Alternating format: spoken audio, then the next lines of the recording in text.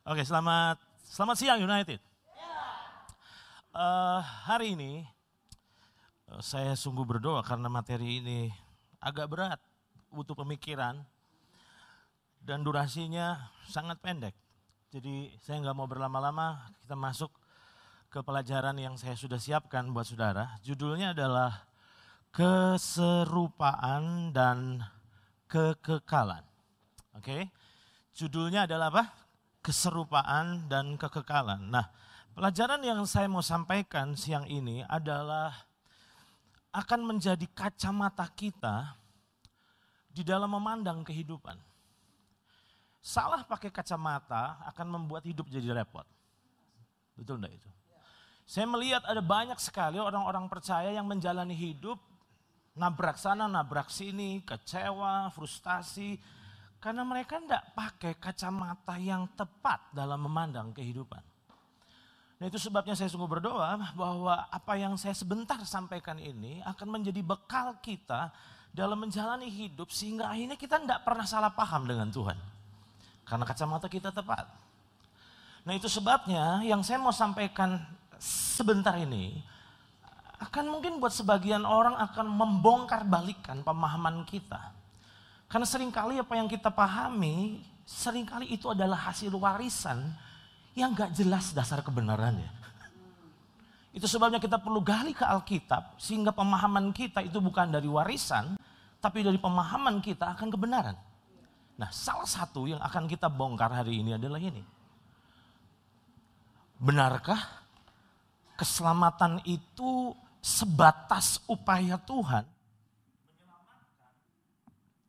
dan memindahkan orang percaya dari neraka ke surga? Saya ulang, selama ini dari kecil, dari sekolah minggu kita sudah belajar bahwa Tuhan itu nyelamatin kita katanya. Yang harusnya kita masuk neraka, Dia mengasihi kita, Dia mati buat kita, Dia selamatkan kita, sehingga akhirnya Dia bawa kita masuk ke surga. Itulah yang dipahami oleh banyak orang percaya, bahwa tujuan kita surga. Nah, hari ini kita akan belajar bahwa apakah keselamatan itu cuma sebatas dipahami pendekatan neraka surga. Satu kali saya belajar bahwa kata selamat berdasarkan Kamus Besar Bahasa Indonesia itu punya arti yang banyak. Tapi dari beberapa arti kata selamat berdasarkan Kamus Besar Bahasa Indonesia, ternyata artinya adalah tercapai maksudnya. Ini penting dulu. Kata selamat itu artinya tercapai maksudnya. Ini yang kita mau gali hari ini. Itu sebabnya waktu saya renungkan ini, maka saya mendapat sebuah poin penting. Bahwa keselamatan sebetulnya bukanlah upaya Tuhan memindahkan manusia dari neraka ke surga. Tetapi sebenarnya keselamatan itu harus dipahami adalah upaya Tuhan mengembalikan manusia kepada destiny kekalnya, yaitu kepada rancangan yang semula terhadap manusia. Saya ulang, keselamatan itu harus dipandang bukan sebatas neraka surga. Keselamatan itu harus dipandang secara utuh, di mana Tuhan itu menyelamatkan kita untuk kita bisa sampai kepada rancangan Tuhan yang semula. Sekarang, saya tidak tahu, saudara masih ingat enggak saya pernah membahas ini. Bahwa kata dipulihkan, dari bahasa aslinya digunakan kata apokatastasis. Nah, apokatastasis itu ternyata artinya, perhatikan ini, of the perfect state before the fall. Saya ulang. Jadi dengan kata lain, kata dipulihkan itu berarti dikembalikan kepada keadaan sebelum jatuh. Maafkan saya tanpa bermaksud menyerang siapapun. Pemulihan seringkali dipahami tidak utuh menurut saya. Orang datang ke retreat terus ngalami hadirat Tuhan, didoakan, terus ngalami jamahan Tuhan. Terus pulang dari retreat terus kita bilang orang itu udah dipulihkan. Saya kurang sependapat. Menurut saya itu adalah merupakan bagian dari perjalanan pemulihan. Tapi itu nggak bisa dibilang itu sudah pulih. Saudara bisa paham sampai di sini? Pentingkah pengalaman itu? Penting sekali, jelas. Tapi kalau saudara alami hadirat Tuhan, dijamah sampai saudara nggak tahan, saudara nangis, hancur hati, saudara sadar akan dosamu, saudara memutuskan untuk berhenti dari dosamu, lalu apakah artinya orang itu sudah pulih? Lihat ke depan. Ini ada undangan pernikahan buat Kak Oci. Kalau saya letakkan undangan ini di sini, dan undangan ini jatuh ke bawah, maka dipulihkan itu berarti saya mengangkat undangan ini yang jatuh dan dikembalikan ke posisi ini. Itu dipulihkan. Lihat ke depan sebentar.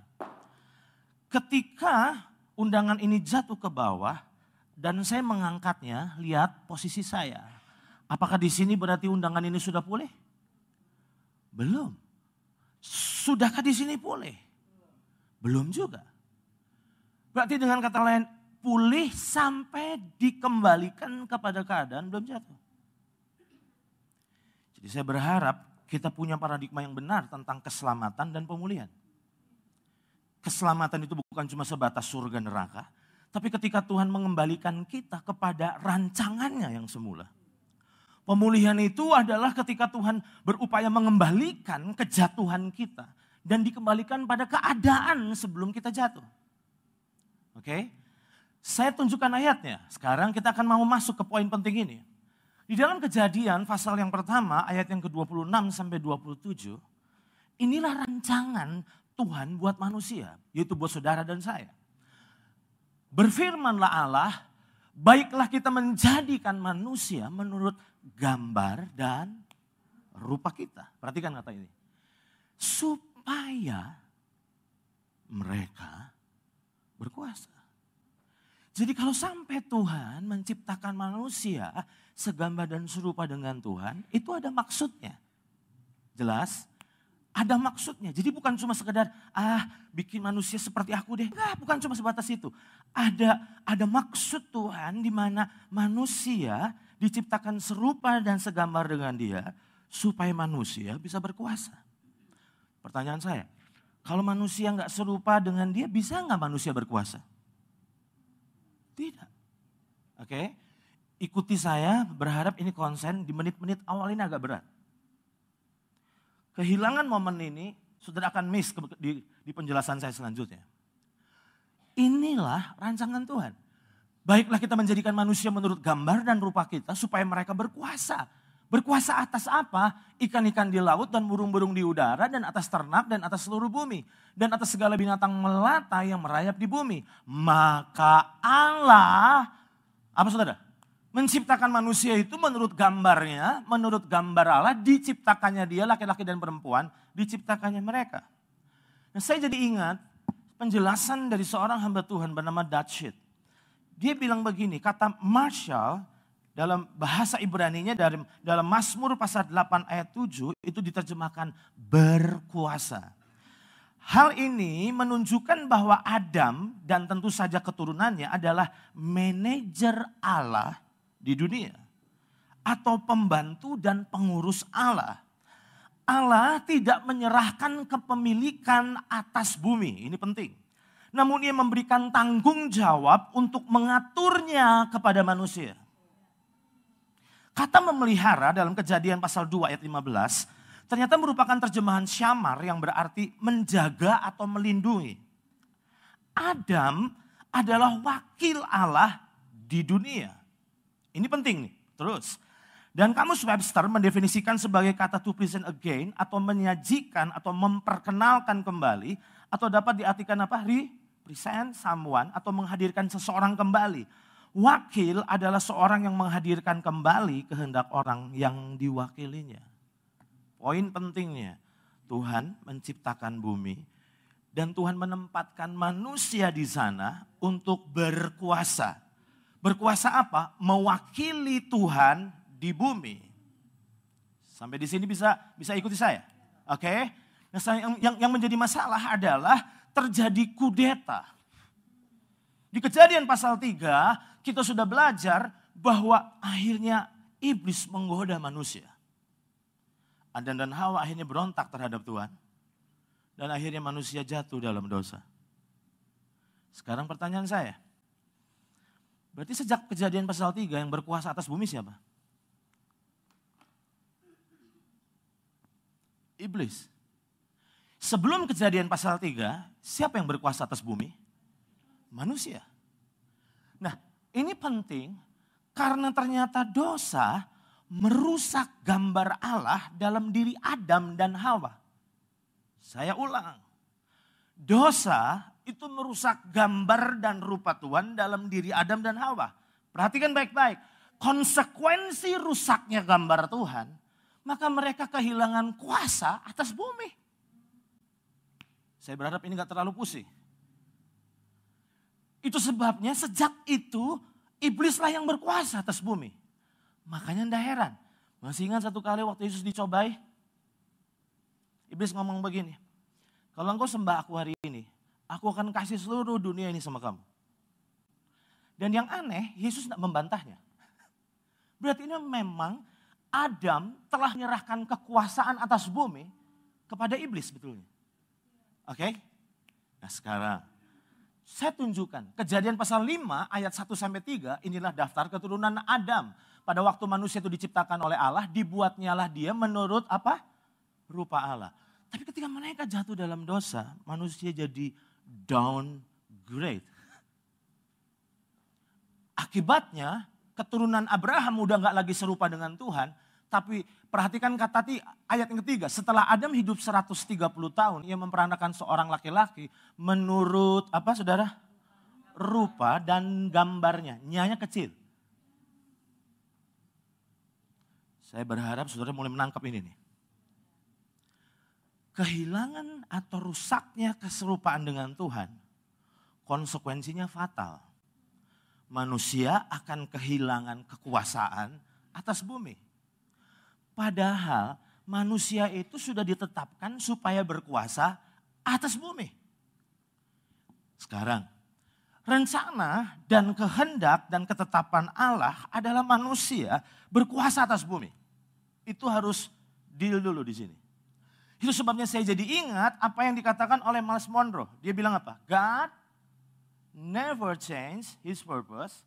Plan might change, but purpose is permanent. Saya akan tunjukkan satu gambar. Dan saya berharap kalau saudara mungkin agak-agak pusing, saudara bisa copy materi ini. Dan saudara bisa gali lagi. Karena satu kali dengar, kadang-kadang agak susah untuk merubah paradigma yang dari kecil masalahnya. Lihat gambar ini. Saudara sadar bahwa ketetapan Tuhan itu atas manusia sepanjang masa itu ini? Di Kejadian pasal 1 Tuhan menciptakan bumi lama. Masih ingat tadi saya bilang manusia diciptakan untuk berkuasa atas bumi. Itu sebabnya Tuhan menciptakan mereka segambar dan serupa dengan Tuhan. Iblis tahu betul, itu sebabnya dia rusak gambar dan rupa Tuhan dalam diri Adam. Sehingga Adam gak punya kekuasaan atas bumi. Supaya iblis bisa take over kuasa itu. Sekarang, di Kejadian pasal 3, sepertinya rencana Tuhan jadi kacau sama setan. Pertanyaan saya, apakah kalau rencana Tuhan itu sempat dikacaukan setan dalam Kejadian pasal 3, lalu Tuhan akhirnya nyerah? Lalu akhirnya Tuhan merubah rencana dan ketetapannya? Tidak. Itu sebabnya dalam Kejadian pasal 3, proses pemulihan dan proses keselamatan dikerjakan oleh Tuhan. Betul nggak di sini? Supaya apa? Tuhan sudah tetapin bahwa Kaoci itu berkuasa atas bumi. Nangkep nggak sampai di sini? Dan iblis kacaukan itu dan Tuhan konsekuen dan dia tidak akan pernah berubah ketetapannya. Itu sebabnya dia berupaya untuk mengembalikan supaya Kaoci bisa kembali kepada keadaannya semula.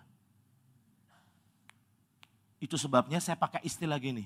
Di titik Kejadian pasal 3, sepertinya Tuhan sedang pause rencananya. Berharap kata itu bisa membuat kita jadi terbuka. Di pause sebentar.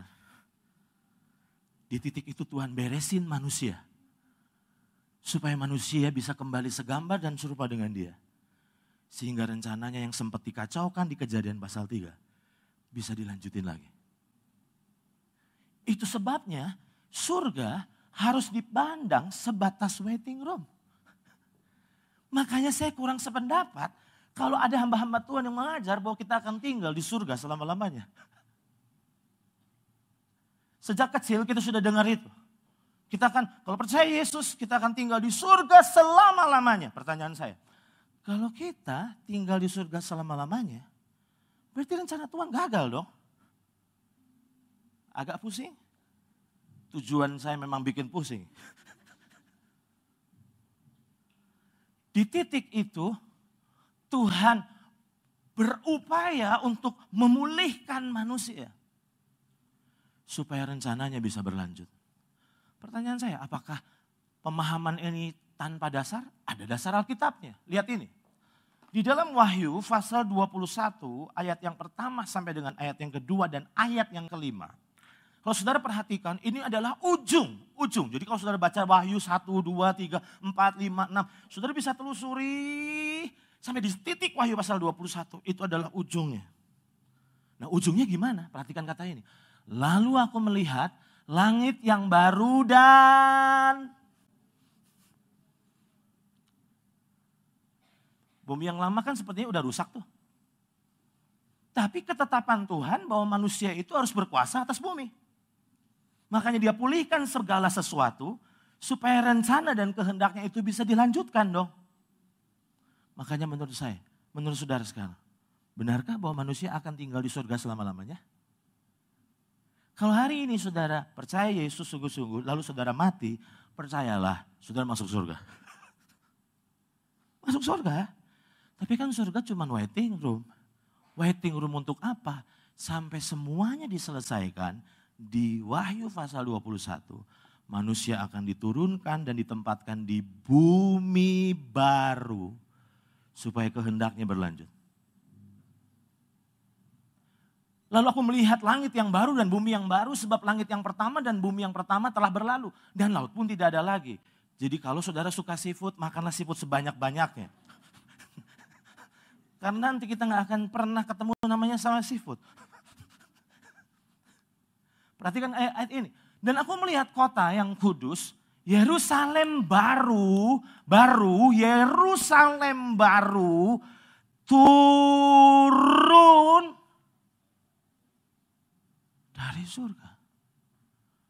Berarti kalau turun dari surga, berarti masih ada di surga atau sudah turun? Turun. Berarti Yerusalem itu adalah ibu kotanya bumi. Betul nggak di sini? Turun dari surga. Dari Allah yang berhias bagaikan pengantin perempuan yang berdandan untuk suaminya. Ayat yang kelima. Dan malam tidak ada lagi di sana. Dan mereka tidak menemukan cahaya lampu dan cahaya matahari sebab Tuhan Allah akan menerangi mereka. Dan, perhatikan kata ini. Mereka akan di mana? Di surga? Di surga? Di surga? Di bumi baru. Perhatikan kata ini. Mereka akan memerintah sebagai raja selama-lamanya di mana? Di bumi baru. Itu sebabnya tadi saya katakan. Seringkali kita punya sebuah pemahaman hasil dari warisan yang gak jelas latar belakang dan dasarnya. Oke, saya ingin coba meneguhkan dari sebuah buku yang berjudul The One Stop Bible Guide, tulisan dari Mac Bowman. Dia bilang begini, Heaven is not our final home. Mungkin hal ini mengejutkan pembaca atau kita untuk menemukan bahwa Alkitab mengatakan bahwa surga bukanlah rumah akhir kita. Perhatikan kata ini, bukan rumah apa saudara? Akhir kita. Perhatikan kalimat ini. Terus, melainkan hanya ruang tunggu. Bagi orang percaya yang meninggal sebelum Yesus kembali. Perhatikan kalimat ini. Tujuan akhir kita bukanlah surga, tetapi apa saudara? Bumi ternyata. Yang sempurna dan itu kita bisa temukan dari Wahyu 21 ayat 1 dan Wahyu pasal 22 ayat 5. Ketika Yesus kembali, orang-orang yang percaya kepadanya akan diberikan tubuh kebangkitan yang baru. mirip dengan tubuh kita saat ini, tetapi diubah dalam kemuliaan dan cocok untuk lingkungan yang baru. Sampai di sini. Kira-kira saudara bisa nangkap? Kesimpulan saya, surga adalah tempat tinggal Allah dan bumi diciptakan untuk manusia berkuasa. Surga adalah seperti ibu kota kerajaan dan bumi menurut saya adalah seperti provinsinya.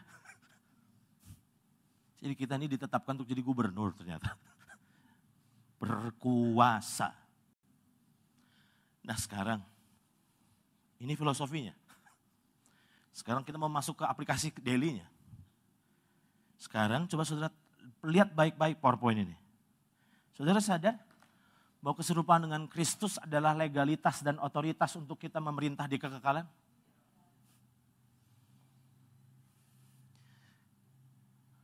Saudara sering dengar serupa Yesus, serupa Yesus, serupa Yesus. Kenapa Tuhan harus mengubah kita serupa Yesus? Supaya kita diselamatkan. Supaya kita dipulihkan. Karena dipulihkan berarti dikembalikan pada keadaan sebelum jatuh. Sebelum jatuh manusia gimana sih keadaannya? Segambar dan serupa dengan Allah. Itu sebabnya dalam Roma pasal 8 ayat ke-29 firman Tuhan bilang begini. Sebab semua orang yang dipilihnya dari semula, mereka juga ditentukannya dari semula untuk menjadi serupa dengan gambaran anaknya. Supaya ia anaknya itu menjadi yang sulung di antara banyak saudara. Jadi saudara sadar enggak? Bahwa Tuhan itu sedang berupaya keras untuk memulihkan keserupaan kita dengan Tuhan. Saya ulang. Saudara pikir kalau saudara nggak paham kebenaran ini apa yang terjadi? Kekristenan kita nggak punya tujuan loh. Sampai ada hamba Tuhan bilang ini tujuan kita sorga. Loh. Kok menurut saya kurang sependapat ya? Oke, kalau mati masuk sorga, tapi tidak akan selama-lamanya tinggal di sana. Kenapa saya katakan ini? Lihat ke PowerPoint ini. Tuhan itu memakai masa paus itu untuk mengembalikan keserupaan dan perhatikan kalimat saya ini. Tuhan habis-habisan mewujudkan proses ini. Saya tidak punya waktu untuk bisa menjelaskan breakdown PowerPoint ini. Tapi pertanyaan saya, apa bentuk habis-habisannya Tuhan? Saudara sadar kenapa dia utus Roh Kudusnya tinggal dalam diri kita? Ingin memastikan bahwa kita dimampukan untuk melewati proses itu. Jadi kalau sampai Roh Kudus diutus di dalam kita selama-lamanya, itu bukan cuma karena dia kekurangan tempat. Bukan karena supaya kita tidak pernah kesepian. Tapi lebih jauh dia utus Roh Kudusnya untuk menolong supaya proses keserupaan yang sebenarnya tidak akan mungkin dicapai. Tapi lewat keberadaan Roh Kudus dalam diri kita, maka manusia bisa ditolong, dimampukan untuk melewati proses itu. Sekarang, kabar buruknya, dikembalikannya keserupaan ternyata membutuhkan kerjasama dari manusia. Itu celakanya. Karena manusia itu diciptakan gak seperti robot, punya kehendak bebas. Nah ini yang jadi masalah. Terus masalah berikutnya, proses pemulihan keserupaan itu terjadi hanya selama kita hidup di dunia. Jadi kalau hari ini saudara meninggal, innalillahi wa inna ilaihi rajiun, karakter itu yang akan ke bawah sampai di kekekalan.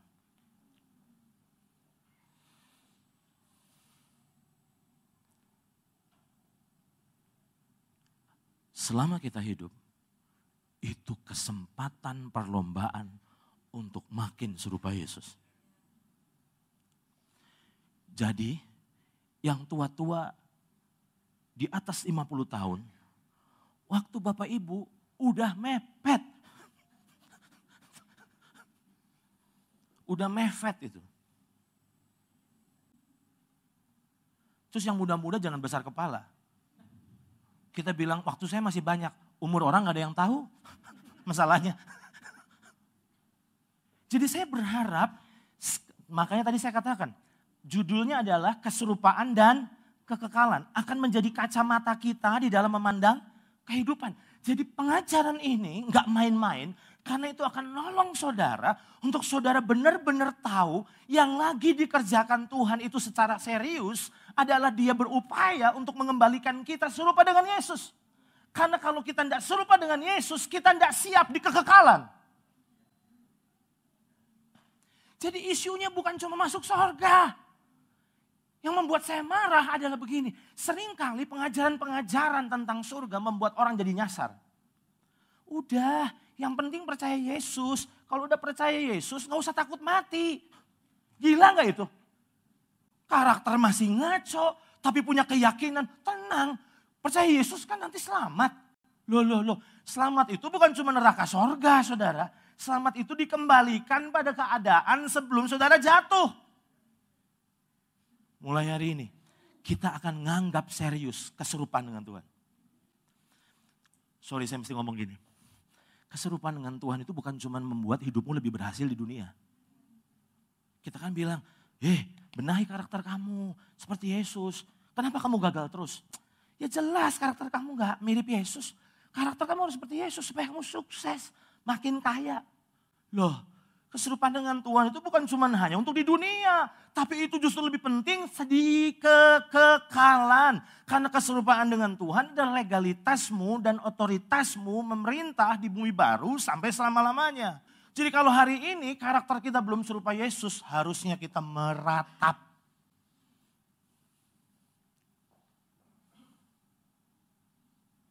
Saudara bisa ikuti saya? Sekarang. Seperti apa sih karakter Kristus?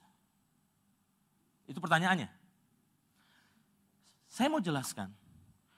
Kalau saudara ingin punya gambaran, manusia yang berkuasa atas bumi seperti apa? Lihat Yesus waktu di dunia. Oke, saya ulang. Kalau saudara bilang gini, saya ingin punya gambaran, berkuasa atas bumi itu kayak apa sih?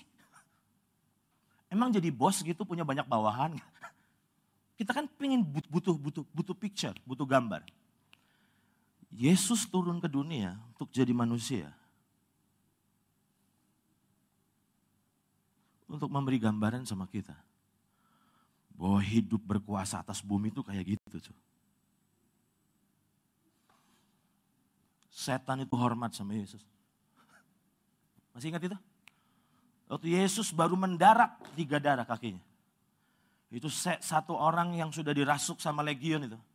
Datang berlari dan menyembah. Masih ingat itu? Masih ingat kebingungan dari murid-murid waktu Yesus meneduhkan angin badai? Sampai mereka bilang, orang siapakah ini? Sehingga angin dan badai takluk padanya. Jadi saya punya gambaran-gambaran imajinasi agak liar. Nanti nggak butuh obat nyamuk menurut saya. Karena kita berkuasa atas nyamuk harusnya. Saya masih ingat satu kali John G. Lake, pernah dengar nama itu? Seorang hamba Tuhan yang dipakai kesembuhan luar biasa. Satu kali dia tiba di satu tempat yang telah memakan korban banyak kematian akibat kalau nggak salah wabah kolera. Nah hamba Tuhan ini datang ke lokasi itu dan orang-orang yang ada di sana bilang, pakai masker, pakai apa, bahaya virus ini.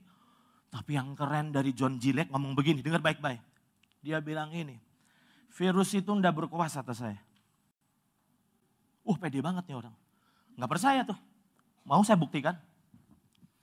Ambil mikroskop. Begitu ambil di mikroskop, terus masukkan darah orang yang kena wabah itu akibat dari mayat itu, diambil. Terus teteskan di kulit saya. Lihat di mikroskop. Orang yang gak percaya ini terus dia lihat. Begitu virus itu mengena tubuhnya. Virus itu yang mati. Itu loh gambarannya. Kenapa kita masih penyakitan?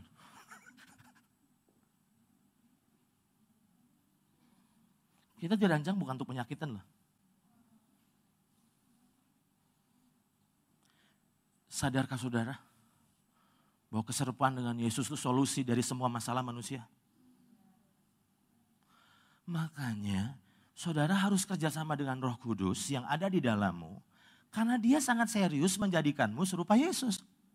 Dan itu bukan untuk kepentingannya, tapi itu untuk kepentinganmu. Hari ini, saudara mensyukuri saudara bisa datang ke tempat ini dan dengar kebenaran ini. Harusnya kita jadi sadar dan kita bilang, terima kasih untuk Roh Kudus, karena Roh Kudus di dalamku akan memampukanku untuk melewati proses yang semula tidak mungkin. Sekarang karena bersama dengan Roh Kudus, jadi mungkin. Hari ini. Saya akan masuk ke poin berikutnya. Berharap, bersabar, percayalah saya bukan orang yang pengen bicara lama. Sekarang kita akan kembali gini. Seperti apa sih karakter Kristus itu? Satu hari saya ditunjukkan oleh Roh Kudus dari Matius pasal 11 ayat 29. Serupa Yesus itu apa sih sebetulnya? Kita kan punya gambaran nih, punya parameter harusnya. Dan ternyata Matius 11 ayat 29 memberi gambaran bahwa pikulah kuk yang apa saudara? Kupasang dan belajarlah padaku karena aku lemah, lembut dan rendah hati. Dan jiwamu akan mendapat ketenangan. Jadi ternyata serupa dengan Yesus itu adalah lemah, lembut, rendah hati. Jadi kalau saudara bilang serupa Yesus itu apa sih? Karakter serupa Yesus itu apa sih? Simpel aja, lemah, lembut, rendah hati. Senggol dulu yang di belakang, di sampingmu itu. Sudah lemah, lembut, sudah rendah hati belum? Karena serupa dengan Yesus akan membuat kita lemah, lembut, dan rendah hati. Nah, coba lihat kembali ke depan pandangan saudara. Berarti, lihat ini. Lemah, lembut, dan rendah hati itu adalah tujuan atau sasarannya. Lihat ke depan. Lemah, lembut, dan rendah hati itu serupa dengan Yesus. Berarti kalau kita lemah, lembut, dan rendah hati, kita serupa dan segambar dengan Tuhan. Nah, ingat, lemah, lembut, lihat posisi saya, dan rendah hati itu tujuan. Nah sekarang, waktu Tuhan singkapkan ini sama saya jadi tanya, Tuhan kalau itu tujuannya, di mana titik keberangkatannya? Sebentar, jam 2-an saya akan kembali bersama istri ke Cirebon. Itu tujuan saya. Titik keberangkatan saya Paskal 23. Nah kalau goalnya, tujuannya adalah lemah lembut rendah hati, berarti titik keberangkatannya di mana? Yang hebatnya Roh Kudus itu membuka pemahaman saya adalah gini. Kalau mau tahu titik keberangkatannya, pahami saja lawan katanya. Opposite-nya. Apa lawan dari lemah? Kuat. Apa lawan dari lembut? Keras. Apa lawan dari rendah hati? Sombong. Coba lihat ini. Saudara sadar 3 problem dasar kemanusiaan itu cuma ada 3. Sejak Tuhan singkapkan ini sama saya, nolong orang tuh lebih gampang. Saya bilang ini, 3 itu akan jadi parameter saya. Wah masih kuat nih. Terus yang kedua, wah masih keras nih anak. Terus sombongnya masih pol. Wah ini gak serupa Yesus banget itu. Karena Yesus lemah lembut dan rendah hati. Lihat, saudara sadar? Bahwa 3 problem dasar kemanusiaan itu kekuatan diri, terus kekerasan, dan yang ketiga adalah kesombongan. Lihat ke depan. Keselamatan dan pemulihan adalah upaya Tuhan untuk mengembalikan kita kepada rancangan awal sebelum kita jatuh. Oke, targetnya lemah lembut, rendah hati. Sedangkan titik keberangkat kita adalah kekuatan diri kita, kekerasan kita, dan kesombongan kita. Saudara sadar enggak? 3 masalah itu menjadi masalah kita seumur hidup. Untuk serupa Yesus sebetulnya mungkin enggak? Sangat mungkin. Kenapa? Kehidupan Kristus sebetulnya sudah di dalam. Masih ingat Paulus berkata, adapun hidupku ini bukannya aku lagi, tapi Kristus yang hidup di dalam aku. Nah sekarang pertanyaan saya, berarti semua orang Kristen itu berpotensi untuk serupa Yesus. Oh modalnya udah ada kok. Modalnya Kristus sudah ada di dalammu. Nah kenapa masalahnya ada banyak orang bilang gini, Tuhan udah ada di dalam, tapi kok gak kelihatan ya? Jelas, karena dibungkus sama kekerasan kita, kekuatan diri kita, sama kesombongan kita. Itu sebabnya saya jadi ingatkan saudara bahwa kata karakter itu berasal dari akar kata bahasa Latin yang berarti dipahat. Oke? Sampai di sini bisa ikuti saya? Jadi mungkin nggak kita serupa Yesus sebetulnya? Sangat mungkin. Cuma masalahnya Tuhan harus berurusan dengan 3 itu supaya yang di dalam bisa nampak. Lihat ini, Tuhan memakai apapun dan siapapun dalam keseharian demi mengikis kekuatan kita, kekerasan kita, kesombongan kita. Makanya kalau saudara pakai kacamata ini, saudara jadi enggak panik. Ada yang bilang gini, kok itu orang sudah saya tolong dia tusuk saya dari belakang. Saya langsung jawab, ya jelas dia harus tusuk kamu dari belakang. Sebab kalau dari depan kamu bisa menghindar.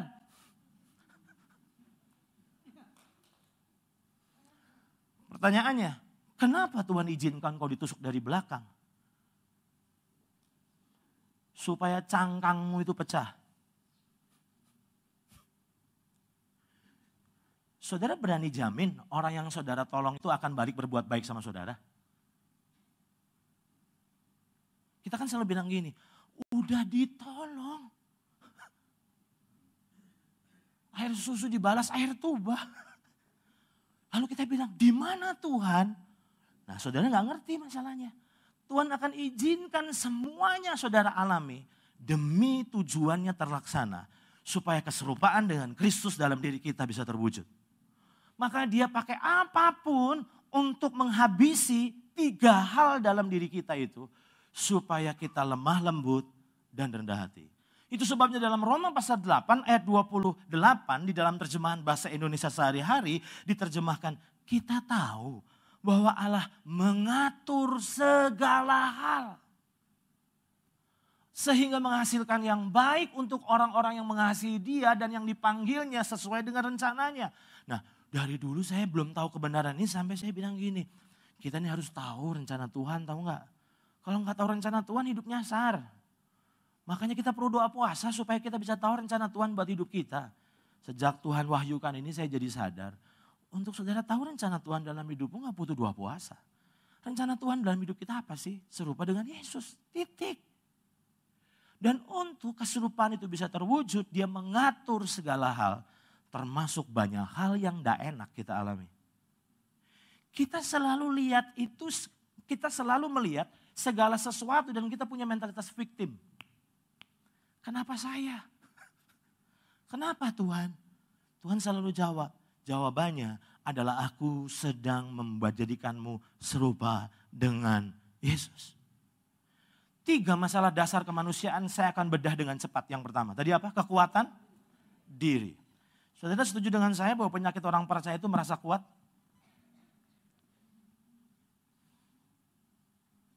Makanya ya, hati-hati kalau ngasih nasihat sekarang. Dulu sebelum ngerti kebenaran ini saya bilang gini, yang kuat ya. Waduh. Sampai akhirnya orang dikuat-kuatin. Sebetulnya gak kuat kok katanya. Wah udah dikuat-kuatin. Kuat. Sejak ngerti kebenaran ini, kok saya cuma ada angle yang berbeda di dalam memandang itu. Coba lihat ini. Yohanes 15 ayat yang kelima. Yesus bilang begini, sebab di luar aku kamu tidak dapat berbuat apa-apa. Jadi kalau kita bisa berbuat apa-apa jangan sok. Itu tuh sebetulnya ngerjakan Roh Kudus dalam dirimu. Tapi kita ngerasa hebat, itu saya loh. Padahal apa sih yang membuat kita bisa bangun pagi terus doa? Itu kalau bukan Tuhan gak mungkin. Apa sih yang membuat kita bisa berbuat baik? Apa sih yang membuat waktu kita ngedoain orang terus orang berubah? Apa sih itu? Apakah karena kita? Bukan. Semua itu terjadi oleh karena Tuhan yang mengerjakan di dalam diri kita. Nah itu sebabnya Yesus ingatkan kita, di luar aku kamu tidak dapat berbuat apa-apa. Dalam terjemahan yang lain digunakan kata, sebab tanpa aku kalian tidak dapat berbuat apa-apa. Jadi jangan sombong.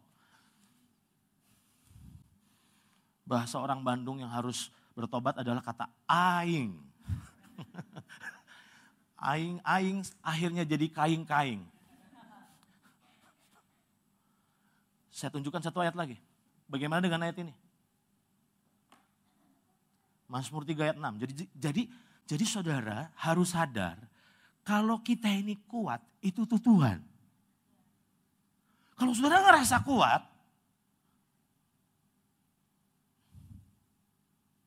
Tuhan istirahat. Nanti saya tunjukkan. Mazmur 3 ayat 6 berkata, aku membaringkan diri lalu tidur. Aku bangun sebab, kenapa sampai aku bisa bangun? Sebab Tuhan menopang aku. Kenapa saya pilih gambar ini? Pernah lihat ada tanaman yang sebetulnya udah harusnya roboh. Tapi kita topang dengan bambu.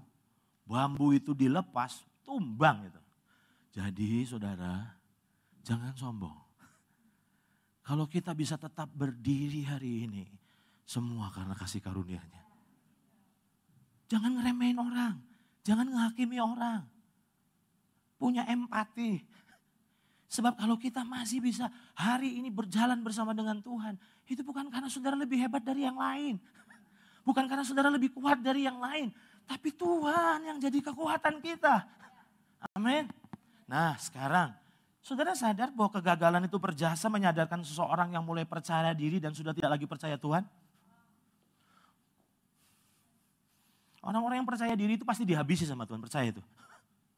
Nah kita mungkin bilang gini, berarti gak boleh ya percaya diri. Memang, yang boleh itu percaya Tuhan.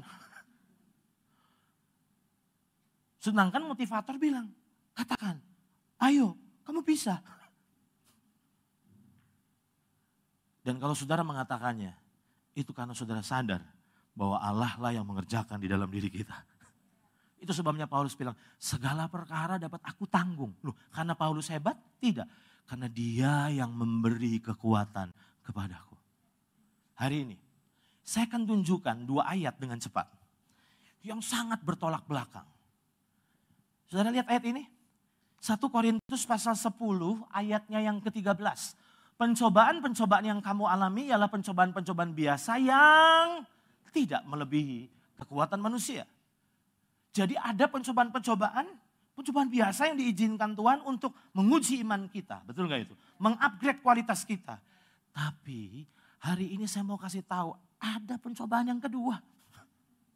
Nah jangan-jangan saudara ini lagi ngalamin pencobaan yang tipe 2. Tipe 1 itu tipe yang biasa. Tipe yang kedua ini. 2 Korintus pasal 1 ayat 8-9. Saudara mau tahu yang ngomong orang yang sama? Ini yang ngomong bukan Petrus yang tadi Paulus. Ini yang ngomong orang yang sama. Tapi di fase hidup yang berbeda. Jelas ya? Ternyata gini, sebab kami mau saudara-saudara supaya kamu tahu akan penderitaan yang kami alami di Asia Kecil. Beban yang ditanggungkan atas kami adalah begitu besar dan begitu berat. Loh. Kok kayaknya Tuhan gak konsekuen ya? Tadi Tuhan bilang pencobaan biasa yang tidak melebihi kekuatan manusia. Tapi kok ini sampai diizinkan yang besar dan berat. Tuhan itu adalah Tuhan yang selalu punya tujuan. Dan tujuannya itu baik. Tidak ada rancangan kecelakaan yang adalah rancangan yang sempurna. Nah kenapa sampai ada orang-orang yang dibombardir sama masalah yang besar-besar dan berat-berat? Kenapa? Tujuannya sehingga kami telah putus asa juga atas hidup kami. Bahkan kami merasa seolah-olah kami telah dijatuhi hukuman mati. Tetapi hal itu terjadi. Tujuannya apa sih? Tujuannya apa? Come on. Tujuannya apa? Tetapi hal itu terjadi supaya kami jangan menaruh kepercayaan pada diri kami sendiri. Tetapi hanya kepada Allah yang membangkitkan orang-orang mati. Saya lagi ngelihat banyak orang lagi ngalami ayat ini loh dalam hidupnya. Yang pongah-pongah itu rontok. Pengusaha-pengusaha besar yang saya jumpai mereka bilang begini, Koan, saya sudah usaha di sini, usaha jenis ini sudah 30 tahun. Pengalaman expert. Sekarang semua pengalaman saya enggak kepake. Enggak kepake semuanya. Sekarang kalau saudara lagi ngalami itu, kenapa Tuhan izinkan itu? Saudara harus eling. Bahwa semua itu sebetulnya ingin menyadarkanmu. bahwa engkau sudah tidak lagi bisa mengandalkan siapapun dan termasuk dirimu kecuali Tuhan. Jadi hari-hari ini saya tunjukkan ayat ini. Nanti kita masuk ke poin kedua. Lihat ayat ini. Ini keren banget ayat ini. Di dalam 2 Korintus pasal 12 ayat 9 sampai 10. Tetapi jawab Tuhan kepadaku, perhatikan ayat ini. Cukuplah kasih karuniaku bagimu, sebab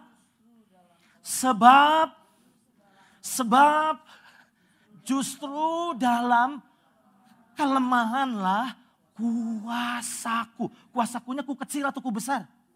Ku besar. Menjadi sempurna. Siapa sih yang gak pengen ngalami kesempurnaan kuasa Tuhan? Tapi saudara mau tahu gak? Rahasia untuk bisa ngalami kesempurnaan kuasa Tuhan bukan waktu kamu kuat. Tapi justru waktu kamu lemah. Lihat ayat ini selanjutnya. Sebab itu terlebih suka aku bermegah atas kelemahanku. Loh. Kelemahan kok dibanggain. Norak nih orang. Saudara mau tahu enggak? Justru apa yang kau pikir kekuatanmu, justru itu adalah kelemahanmu.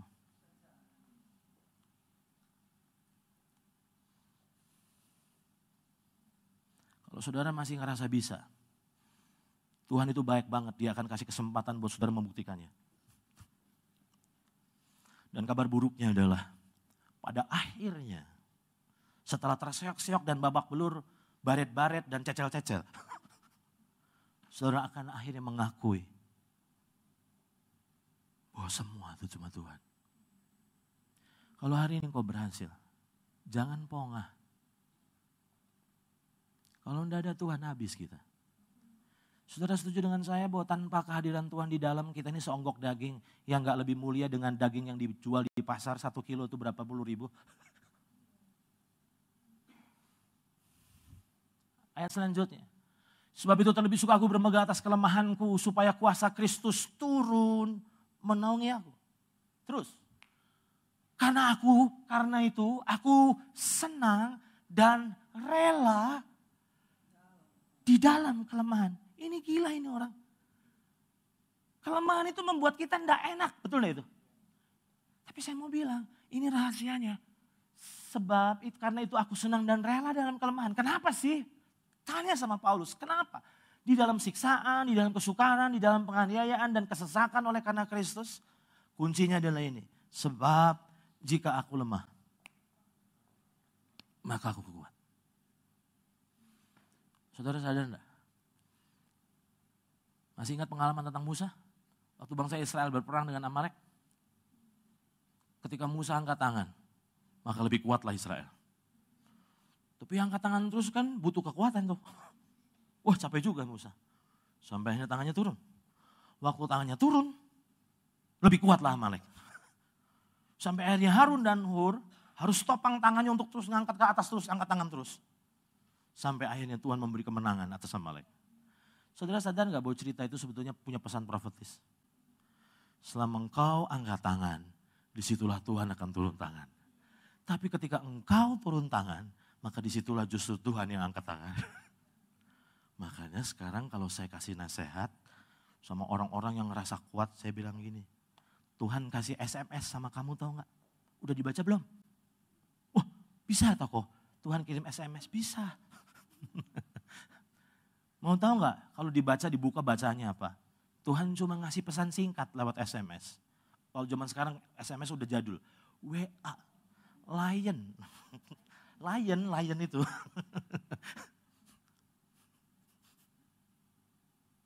Dan saudara mau tahu pesannya Tuhan apa?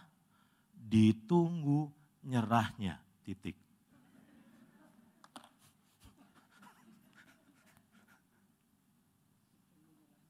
Saudara bisa paham? Karena selama saudara masih kuat dan merasa kuat, Tuhan tidak akan kerja buat saudara. Makanya hari-hari ini kita diizinkan ngalami masalah-masalah yang gak enak, betul gak ini? Kita nangis, pengen teriak, pengen lari. Tapi kenapa Tuhan? Kenapa diizinin gini? Bukankah engkau mengasihi aku? Tapi kok kayaknya gak ada tuh tanda-tanda engkau mengasihi aku. Saudara gak ngerti. Saudara belum pernah pakai kacamata ini.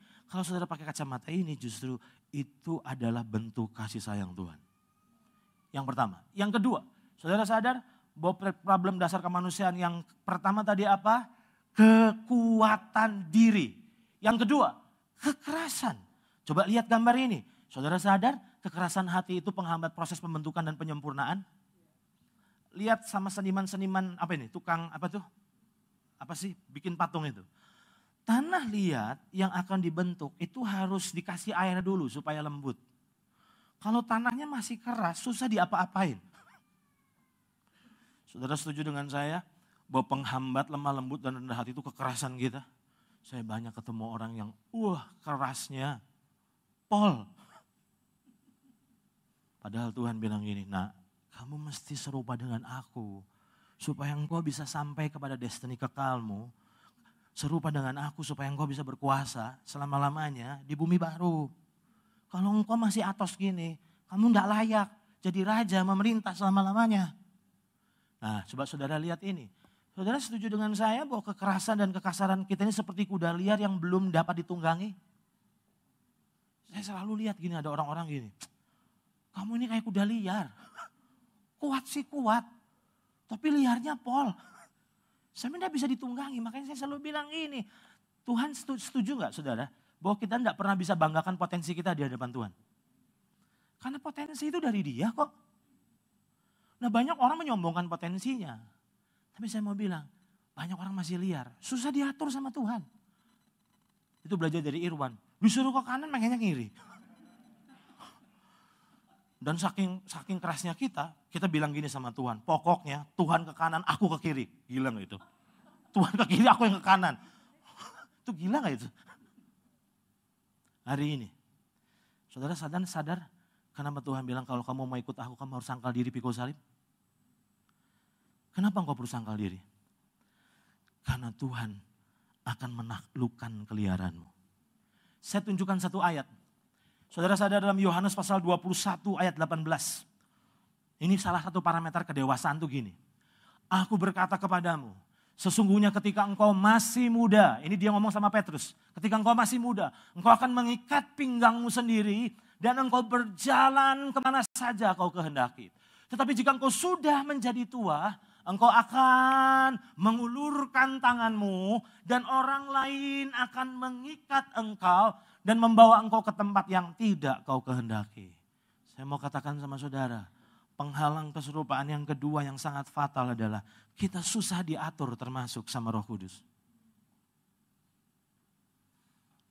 Liar, gak pengen diatur, selalu cari celah. Saya maunya gini, kalau saya maunya gini Tuhan bisa apa? Wah ngeri gak itu? Saudara sadar dengan saya, dengar kalimat saya. Kesabaran Tuhan itu bisa menjadi kerugian besar buat kita. Saya ulang. Saudara sadar, coba renungkan kalimat saya ini. Kesabaran Tuhan itu bisa jadi kerugian besar buat dirimu. Tuhan bilang gini, aku punya rencana ini. Aku mau nuntun kamu ke sini. Terus saudara bilang, enggak saya enggak mau. Tuhan sih sabar.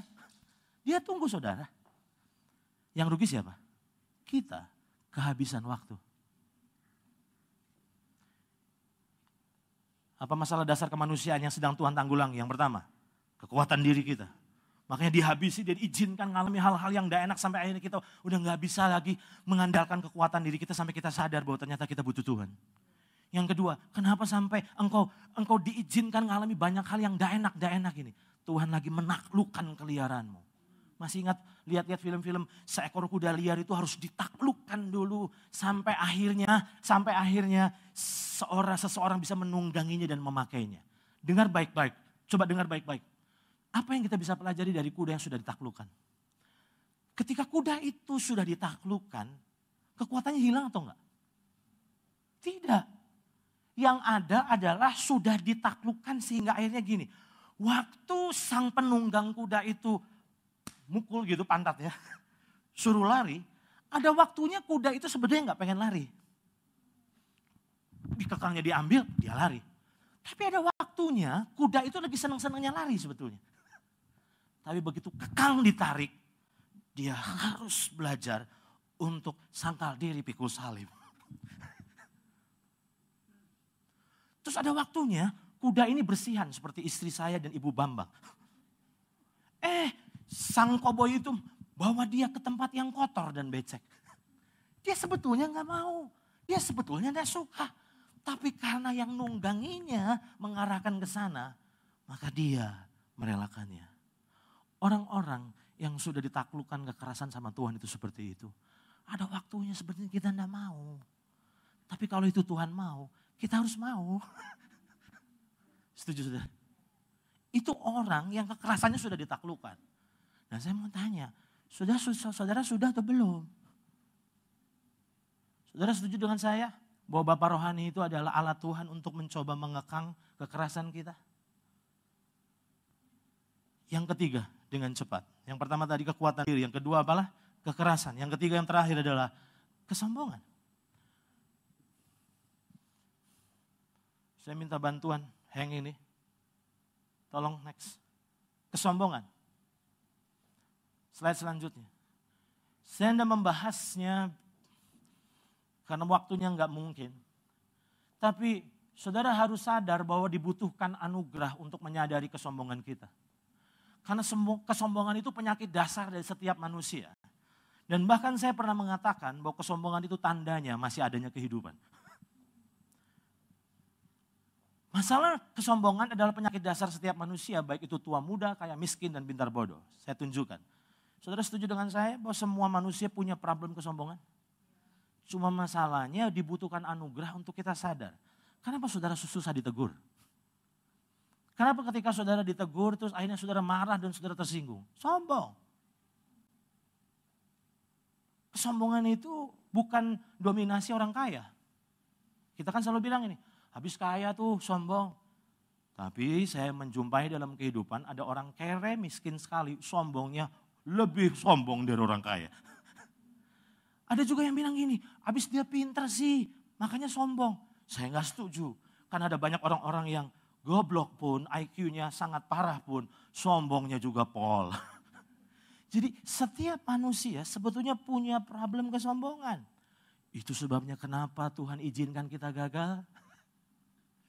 Kenapa Tuhan izinkan kita dipermalukan sepertinya. Sepertinya kita direndahkan oleh keadaan. Hati-hati ya orang yang introvert.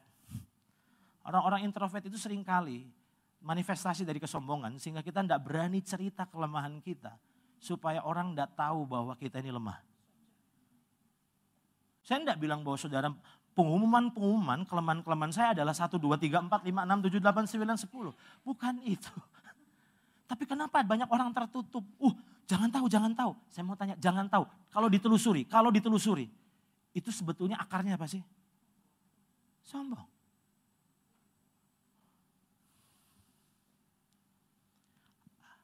Hanya ada 2 pilihan. Saudara merendahkan diri atau saudara direndahkan. Itu sebabnya saya selalu bilang sama orang-orang yang sedang mengalami proses direndahkan oleh kehidupan. Jangan lari, jalanin. Pahit, iya, jalanin. Saudara cuma punya pilihan. Merendahkan diri adalah keputusan dari dalam untuk menjalani proses. Tidak lari. Tapi direndahkan oleh tekanan paksaan dari luar yang membuat kita tidak punya pilihan. Dan saya mau katakan, lebih sakit direndahkan daripada merendahkan. Kesimpulan saya, kita tidak dipanggil sebatas untuk menyerupai Yesus atau menjadi Yesus imitasi. Tetapi untuk menyatakan kehidupan Yesus yang telah ada di dalam kita. Setuju? Dan semua orang percaya memiliki kerinduan dan potensi untuk serupa dengan Yesus. Tetapi tidak semuanya memiliki kerelaan saat Tuhan melakukannya. Tuh. Kerelaan adalah tidak lari atau menghindar, tetapi memutuskan untuk menjalani dan melewati proses pembentukan dengan hati yang memutuskan untuk tetap bersyukur. Saya tutup dengan gambar ini dan saya berharap gambar ini akan membuka pemahaman saudara tentang kehidupan. Lihat ini. Saudara sadar bahwa pembentukan itu akan menuntut kita mengalami gesekan. Dan gesekan akan menghasilkan luka, rasa nyeri. Tapi rasa nyeri itu harus dilewati supaya kita bisa sembuh. Nah kabar buruknya kalau sembuh kita akan masuk ke next level. Nah kabar buruknya kalau udah next level apa? Balik lagi pada pembentukan berikutnya. Pembentukan akan menuntut gesekan lagi, dan gesekan menghasilkan luka. Dan kita harus deal dengan luka. Putuskan mengampuni orang-orang yang sedang dipakai Tuhan dan diurapi Tuhan untuk nyakitin kita. Mungkin itu pasangan kita, mungkin itu mertua kita, mungkin itu tetangga kita, mungkin itu bos kita. Tapi orang-orang itu sangat diurapi untuk menanggulangi 3 hal dalam diri kita. Artinya, selama kita hidup, untuk kita makin serupa Yesus, dibutuhkan gesekan. Doa saya, pelajaran ini akan menjadi kacamata saudara di dalam menjalani kehidupan. Serupa dengan Yesus itu keharusan. Karena Tuhan berupaya keras dan dia butuh kerja samamu untuk sampai dia bisa mewujudkan keserupaan dengan Yesus demi mengembalikan setiap kita pada destiny kekal kita. Tuhan memberkati dan selamat menjalani kerasnya kehidupan. Tuhan berkati saudara, mari kita berdiri. Kita akan terima perjamuan kudus.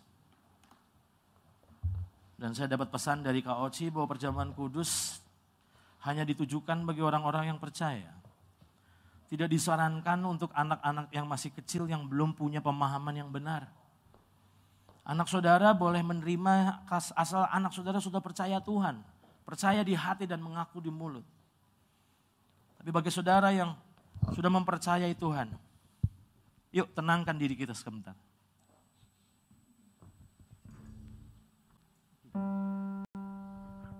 Kasih Tuhan.